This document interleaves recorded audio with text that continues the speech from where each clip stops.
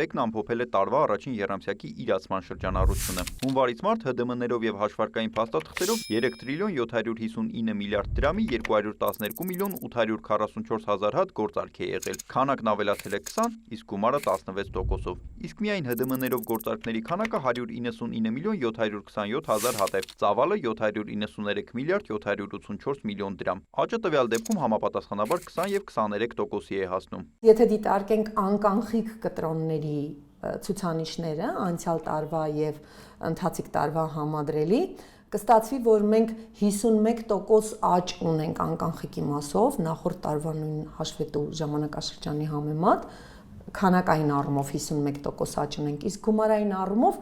40% աճ ունենք։ Անկանխիկ գործարքները իրենք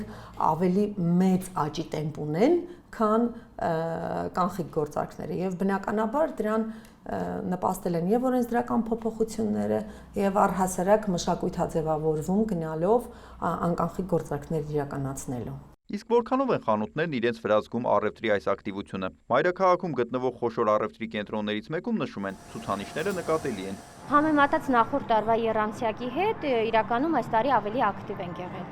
Հոսքը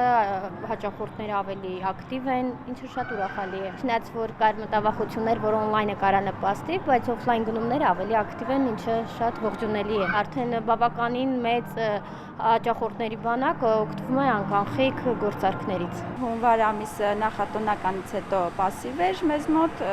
քանի գնում արդեն տաքանալով եղանակների հետ կապված բավականին աշխուժացել է առևտուրը։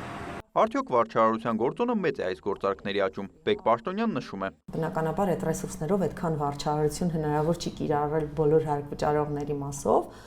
բայց հարկվճարողների կարգապահ վարքագիծը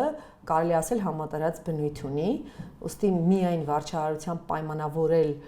ցուցանիշների աճը ըստ իս ճիշտ չէ։ Ակտիվությունը բոլոր մարզերում է նկատվում եւ առևտրի տարբեր ճյուղերում, շեշտում է Պաշտոնյան, ապա ցուցանիշները համադրում հարկային մուտքերի հետ։ Առաջի եռամսյակում ունենք 13.6% հարկային մուտքերի աճ նախորդ տարվա համեմատ։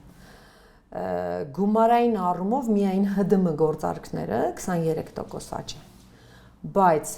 միայն ՀԴՄ գործարքներով չսահմանափակվենք, որովհետև մենք իրացման շրջանառությունների հայտարարագրման համար հիմք են հանդիսանում նաև հաշվարկային փաստաթղթերը։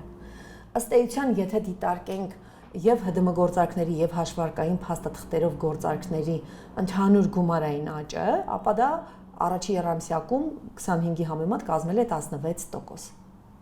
Ըստ էության ցուցանիշները իրարից շատ չեն շեղվում։ Առաջին եռամսյակում հաշվարկային փաստաթղթերով եւ ՀԴՄ-ներով գործարք իրականացրած ավելի քան 112,000 հարկվճարող կա։ Ընդհանուր առմամբ հունվար-մարտին մանրամեծածախ առևտրի ոլորտի ընկերությունները պետբյուջե են վճարել 219.5 միլիարդ դրամ հարկուտուրք, կամ ամբողջ մուտքերի 32.7%-ը։ Նիկոլայ Ավետիսյան, Սեյրան Անտոնյան, լուրեր։